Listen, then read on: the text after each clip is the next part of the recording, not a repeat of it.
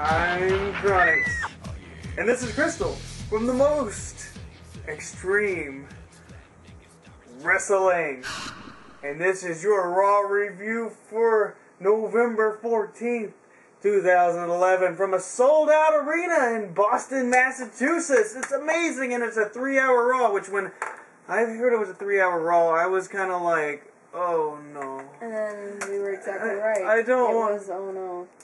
Well, not the whole night. It was all but the last like 20 minutes. No. There was some good spots in here. Maybe. No, Okay. we will get to it. Okay. I'm telling you. Okay. But see, 3 hours. Oh my freaking gosh, that is a long time to be watching wrestling. It was too much. But the first thing that we saw, I think, is really what disheartened me about the entire show. Yeah. We get the entire thing with Michael Cole. Cole is out there, and he's like, oh, I'm going to have the big challenge with JR, and I'm just thinking, oh, man, I thought they were just going to drop this. Of all the things, all the storylines they've dropped and just let go by the wayside and be completely forgotten, this is the storyline that they remembered, and that they kept on, and they pressed on, and they made it last for weeks. No! And then it has to be resolved now. You're in super dramatic mode tonight. I'm just telling you, I am upset about this. Obviously. They are upset about this. Everyone is upset about this except for Michael Cole himself, I am sure. I was cooking dinner, so I didn't see it. That's true. You made some awesome enchiladas. Fajitas, actually. Fajitas, and they were greatness. They were now, good. So I missed actually like the first hour of Raw. we were watching this on Justin TV, and Justin TV was getting shut down out the kazoos. Everything was getting shut down. Yeah, and I'm assuming that a lot of it had to do with Turning Point, the TNA pay-per-view. Yeah. That was the 24-hour shutdown that happens, and then So if there's holes, that's why. No. But this is pretty much the only segment that got cut out, which I didn't really care about. But see, it was getting cut out. We had to go find another website, which sucks. As you might know, as you may not know, because there's so many new subscribers, we do not have cable. We don't watch cable. We just watch Raw over the internet. That's right. So sometimes we run into trouble, like tonight. Michael Cole was out there, and he's challenging him. He's going to do an arm wrestling contest, which I can do. Yeah. Oh. Is there anything more frustrating than an arm wrestling contest on wrestling? I even went on a rant about this on my Why PG-14 is Unnecessary video. But yes. Michael Cole calls him a fat man, which is not very nice. But not entirely inaccurate. Okay. Well, Michael Cole loses. I guess Michael Cole's no skinny buck himself, but you know. Yeah, well, that is very much true. Anyways, he loses the arm wrestling contest. Cole weighs himself or something, shows that he's 200 pounds. I'm just rolling my eyes. The segment keeps cutting out, but I don't care. CM Punk comes running out and puts the Anaconda device onto Michael Cole, which much cheers. And I was like, hooray, this is over. So I guess JR won.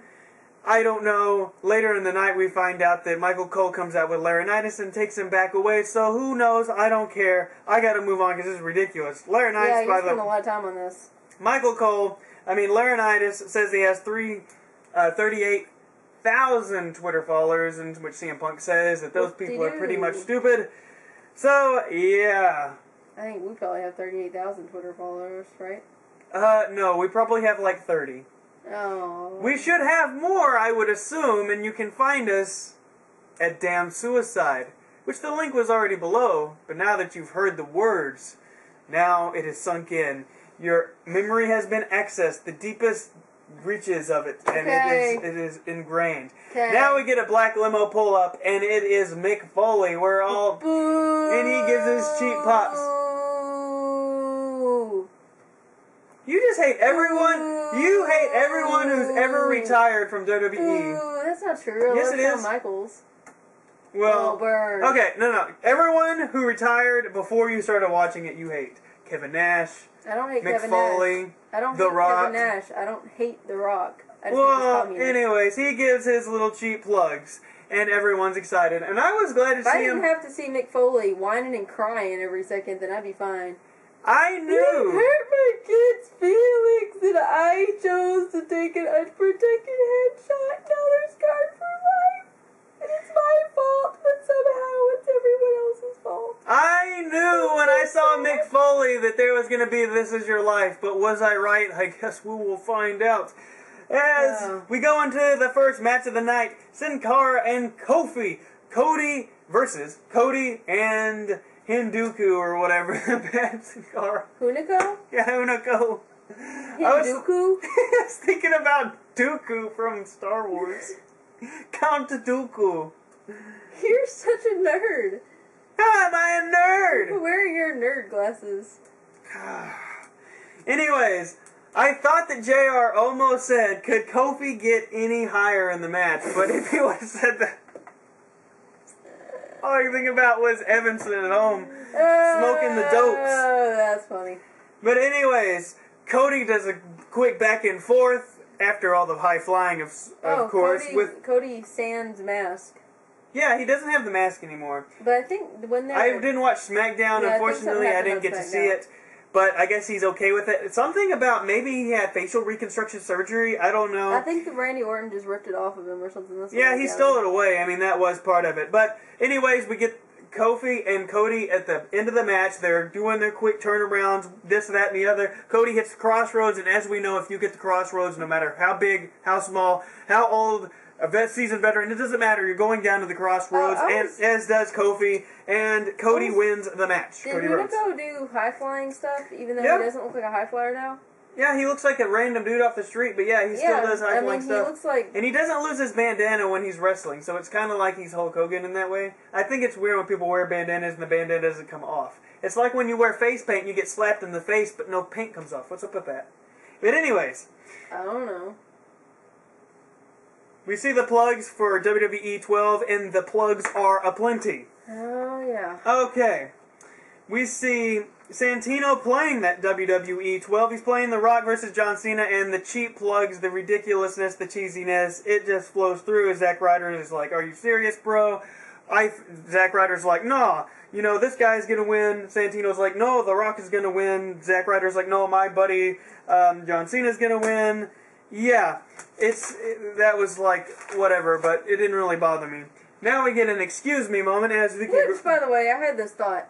I bet Vicky Guerrero has a lot of fun with her role. Like, that just looks like fun to me. Like, to go out there and screech, excuse me, and have everybody boo you and stuff. I think that would be fun. I want everybody to know. But if Crystal was in the WWE, Vicky Guerrero, that would be you. I just think it looks like... I just think Vicky you're always talking about how awesome she is. Vicky probably has a lot of fun with her role. Like, can you imagine? Vicky's so well. And just being, like, horribly loud and obnoxious all the time. I know, and you just love it so much, and everybody else hates it so much. And it's just, I don't know. Vicky says that Christian is injured, so more guys are injured, more guys are on the shelf, more guys are suspended. I like Christian, but Christian, you need to retire. He is getting up in there in age. You need to retire in grace.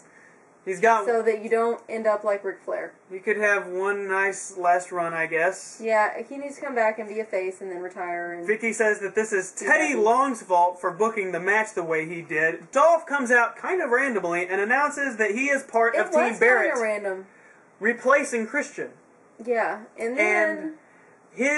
He is talking, and then, well, his promo's kind of over. They kind of like abruptly They played him off the stage, I think is what happened. I don't think he was done, and then they cued his music, and he was done. Well, because Mason Ryan is going to be fighting him.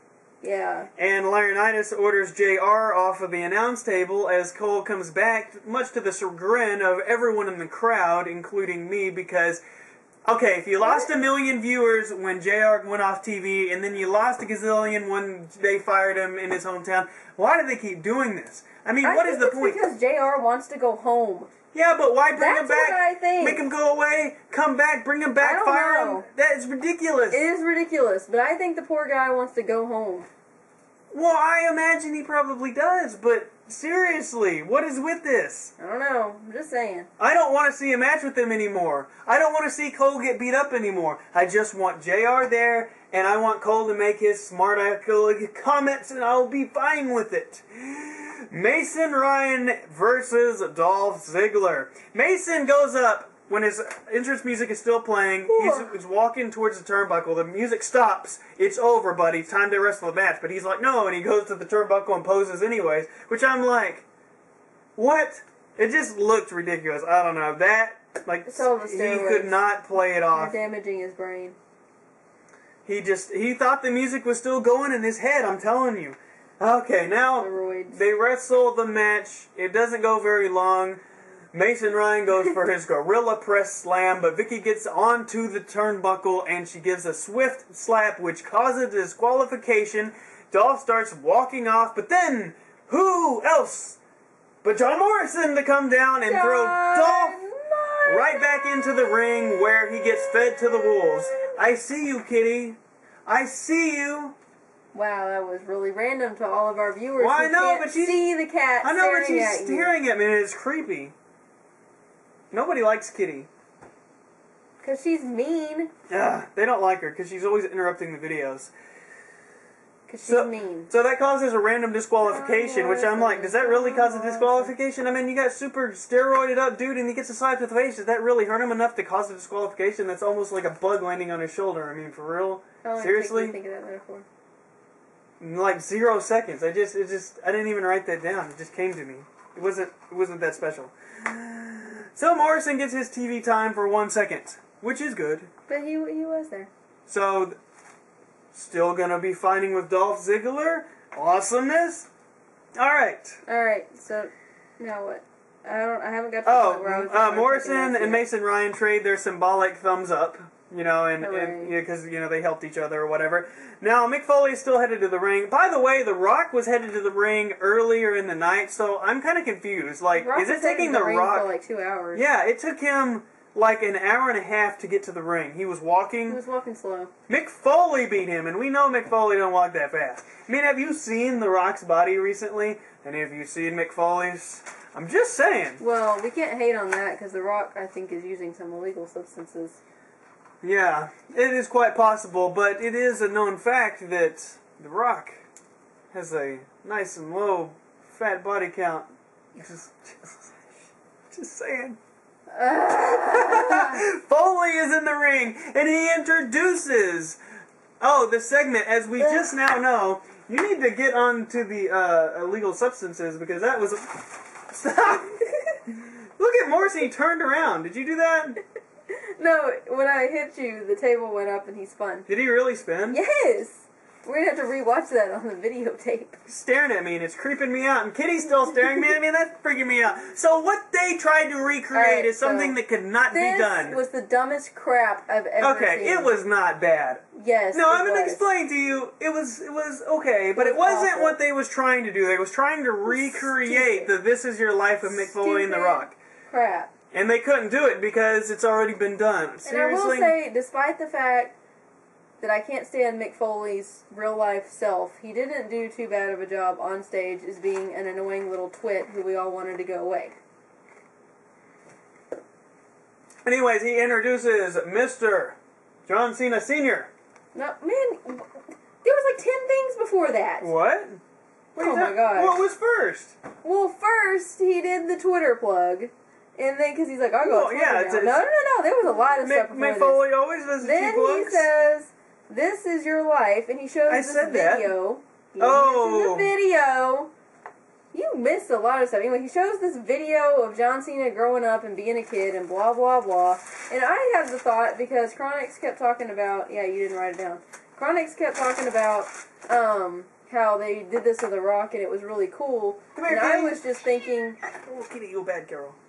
I was just thinking that probably the reason it was cool back then and not cool now is because now we have the internet and we can all look up pictures of John Cena as a kid and watch his home videos or whatever we want to do. It's not that fascinating anymore. But anyways, so they show this and it had the dumbest song. Now I know you wrote this down because I watched you write it. I know, but it's not there anymore. The dumbest, most horrible, awful, ridiculously stupid song I've ever heard. It was pretty lame. In my entire life. I was trying not to laugh, but as soon as the song hit, I laughed, and I was like, are you serious, bro? Here, it's out of order. Oh, sorry. Okay. Anyways, it was bad. It was bad. So then they come out, they're like, alright, John Cena, now we're gonna bring out some people that know you. First of all, it's gonna be... Before we get to that, I just gotta mention, Foley was wearing a half John Cena shirt and a half Rock shirt. Now, I don't want to call him fat, but if he has to take two shirts together and sew them together... I'm just saying, It was kind of bizarre. Am I really serious? Like, was it weird? I thought it was weird. It was weird, but I didn't take it as a weight issue. I just took it as a mental problem. I just made a joke. Yeah, you gotta watch yourself for those jokes. I thought it was funny. Anyways, so first they're like, this is your Little League coach, John Cena, and let's have him come out, and he tells this inspirational story about how John Cena struck out and sucked, basically. Yes. And this is my thoughts on that. Come on, guys. No way is this his real Little League coach. No way. Did they just pull this random dude up, set him in front of the middle of a ring in front of 15,000 people, and he speak flawlessly? Very polished, not nervous, no ums, no stutters, no even deer in the headlights, holy crap, I'm on national TV in front of 15,000 people. In a sold-out arena. In a sold-out arena, and they're all making noise, and I'm about to open my mouth and say something that any normal person who does not normally do that would have. I agree with you, but if it really was him, I mean, obviously he's had some speaking classes or something. I'm just saying, like, it doesn't matter. Like, even if you know how to give a speech in front of your class, I mean, that's different from standing in an arena with thousands of screaming fans and on TV and the cameras and the lights and all that. I'm just saying, I think plant. Okay. But anyways. Now, do we get John Cena's dad? No. Then we have, you got it right here, B squared. Then we have Paul Buchanan. Right to censor, represent. The loser partner, the Marty Jannetty of this tag team. I don't think they were a tag team. He said that, yes, they said they were a tag team like 4 times. I don't remember that. He's like, you're the best guy I ever tagged with. And then you ruined my life! I just remember him being like a sidekick. That's usually what tag teams do together. Yeah, but I don't remember him wrestling. Well, too bad they said they were a tag team. Anyways, and I thought off, no wonder he didn't make it because his voice sounded awful. Awful. But the coach, on the other hand, had an awesome speaking ability. Anyways, he tells this weird story about a dog and rabies and how that somehow killed his wrestling to John Cena ruining his life. I don't know, it was weird. Anyways, now I actually liked that segment, by the way. I thought that was cool. That was lame. I couldn't B listen square. to the guy. I could not listen to the guy. Anyways, wait, his entrance theme was on Here Comes the Pain, I believe. It was one of the background musics. Just for all you old SmackDown vs. Raw fans. Anyways, now John Cena's dad comes out. Okay, and he comes out sounding exactly like John Cena. He looks like old John Cena with glasses.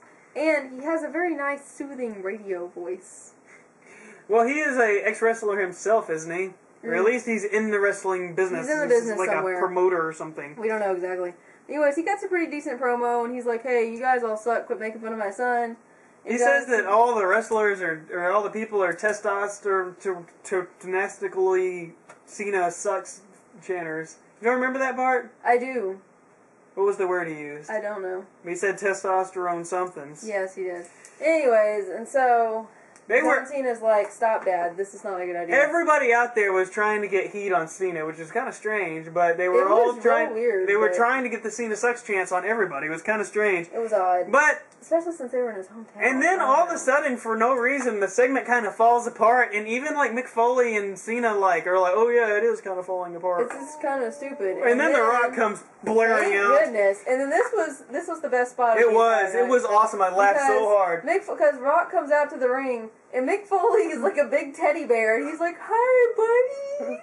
And The Rock's like, pow! Rock bottom. Rock bottom! Like, he goes in like he's gonna hug him for real, and then he's like, kapow! Oh, by the way, tell the viewers how many times you trying to hug me either turns into a rock bottom or an overhead belly-to-belly suplex. It's always the overhead belly-to-belly suplex, and it's 99% of the time. Because like, if I want a real hug from Chronix, I have to say, no wrestling, and then give him a hug. Because usually we'll hug, and then I'll do Kurt Angle style. I'll hug, and then I'll pause, and I'll go, overhead belly-to-belly suplex, boom!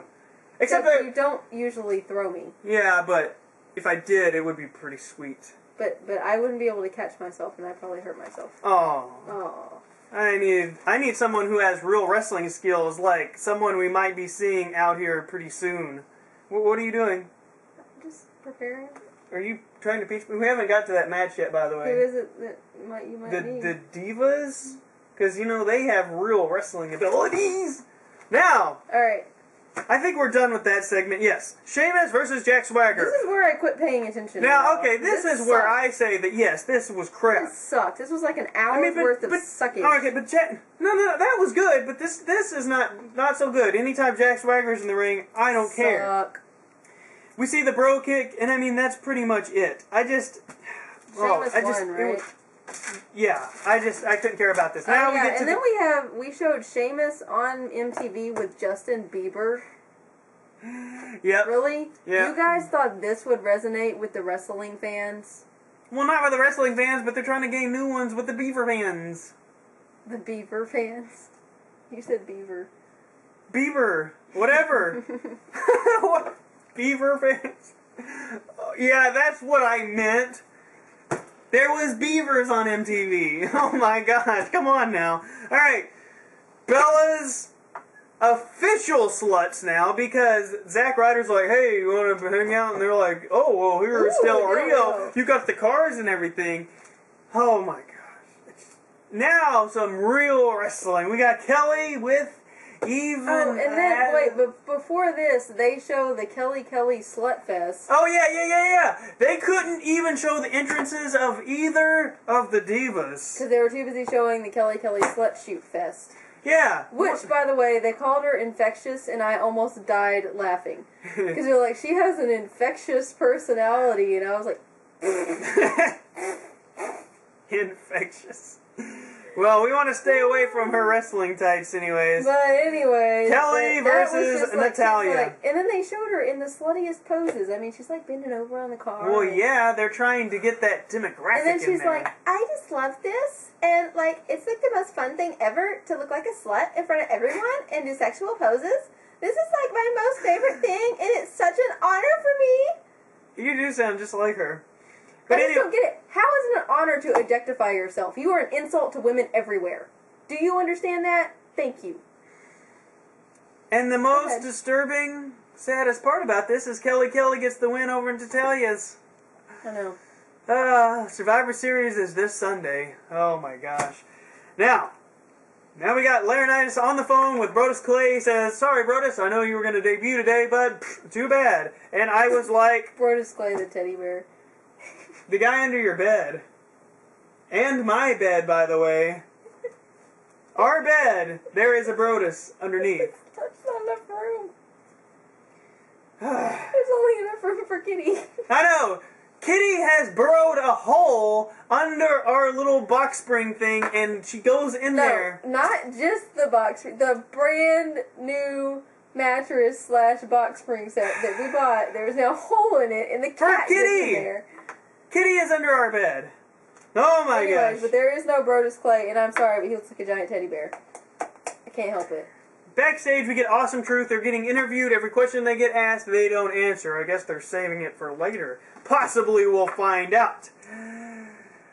Now we got Ricardo Rodriguez introducing Del Rio. Is it just me, or does Rodriguez sound completely wasted when he's talking? I mean, just tonight, maybe someone needs to do a random drug test on him. I'm just saying.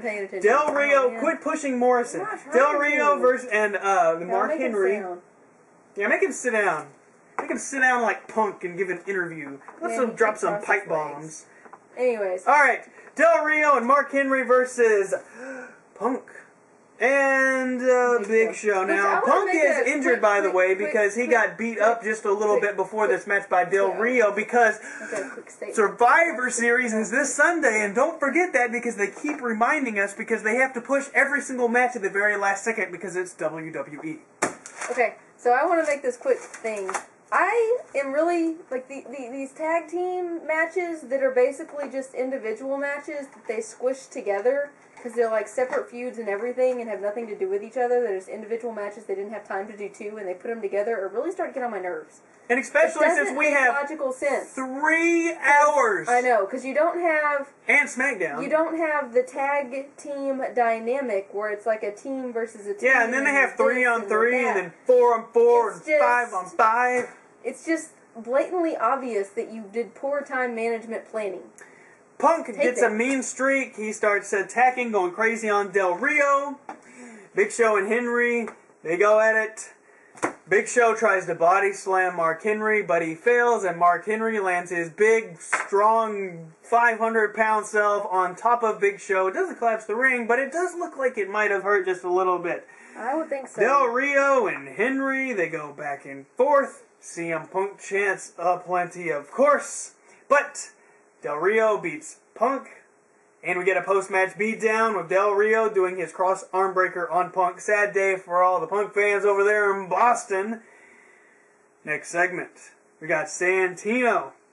He comes out there and says, at the Royal Rumble, and this is one of my favorite Royal Rumble moments. I don't care how ridiculous it is. It was greatness. With tears in his eyes, he's going to win the Royal Rumble. He tries to go back. But look, no, but see, all the viewers out there didn't get the benefit of that awesome commentary because we were watching it, we were listening to it on the internet. Yeah. The actual announcers didn't say the most brilliant line ever that the random internet dude did. Yeah. He's like, with tears in his eyes. No, that was just...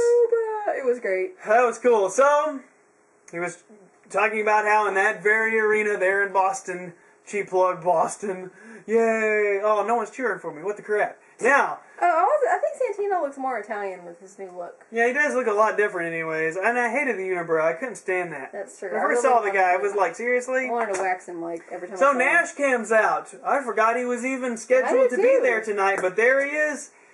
And he's like... Who needs new music, by the way? He's this big, threatening dude now, and he's evil, and he's like, wah, wah, wah, oh, you mean because like CM Punk said in 1996, that's when that song was made, so it's kind of outdated? Just a tad. Well, what about CM Punk's song? How freaking old is the song he's using? I know, but it fits. Cult of Personality. But it fits. By the way, that is one of my favorite songs of all time, and I am saddened that CM Punk uses it, but I'm not going to hate on him for it. Really? Why does it bother you that he uses it? Because I'm not the biggest CM Punk fan in the world, and that's one of my favorite songs. Now I can never look at the song the same way again. Used to, I was all jammed out, and now when I hear the song, I can think about a CM Punk in his underwear and his little shirt and talking about pipe bombs. It's not a very good image for me. It scarred me for life. Anyways. He gets a kick to the face while Kevin Nash is trying to get him to show him his horn thing or whatever. The trombone. Yeah, and he gets... And nobody saw this coming. Big boot to the face, jackknife powerbomb. Boom! Poor guy, he's laid out in the middle of the ring. He can't get nothing. Jonah Hill is advertised for next week. I could care less. It's not 2006, Vince. Come on. Who gives a crap about this guy? I'm just saying. Kind of out of date. Just a tad, don't you think? Wade Barrett on the mic for 2 seconds, reminding us that Survivor Series is this Sunday as he takes on Randy Orton. I went and did something else. And then we have both teams. We have teams on both sides. This was dumb, because I even walked in and was like, is this a lumberjack match? And Chronix is like, no, there's just random people standing around the entire ring. Finally, The Undertaker gets a plug about his Survivor Series anniversary. He debuted at Survivor Series in 91. At the ring. They went to a commercial. This is what happened. Oh, sorry. The match happens. I could not care less. The match pretty much breaks down into a post-match beatdown. # post-match beatdown. Are we trying to make that trend? Yeah, but it never is. It's not gonna happen. We're the only people that do it. But I don't care. Post-match beatdown.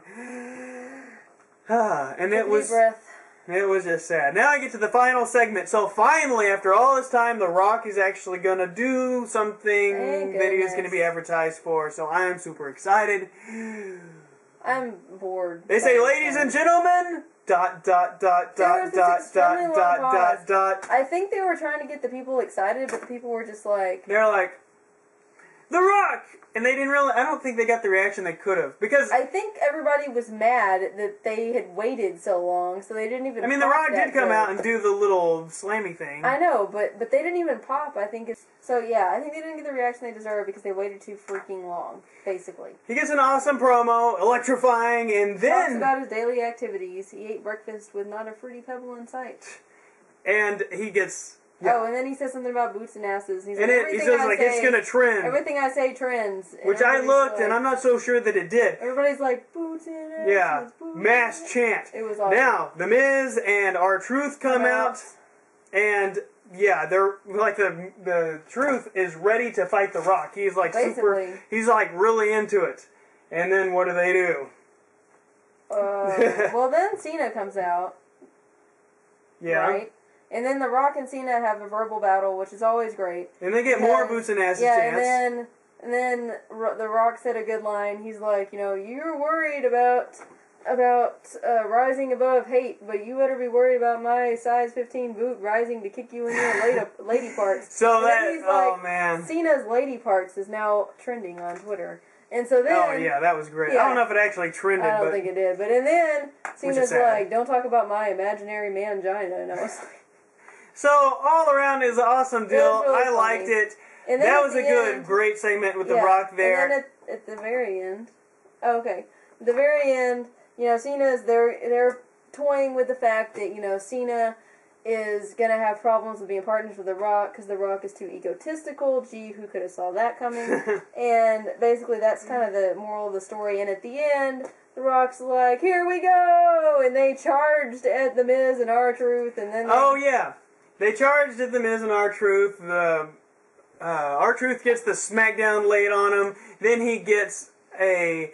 rock bottom for his trouble. Cena tries to get the attitude adjustment, but no, The Rock steals him away and gets his rock bottom on The Miz. Him a dirty look as The Rock leaves. And then the show goes off the air, reminding us that this match is going to happen this Sunday, and we will be doing the predictions for it this weekend for Survivor Series, and we will see you on the next week's edition of Monday Night Raw.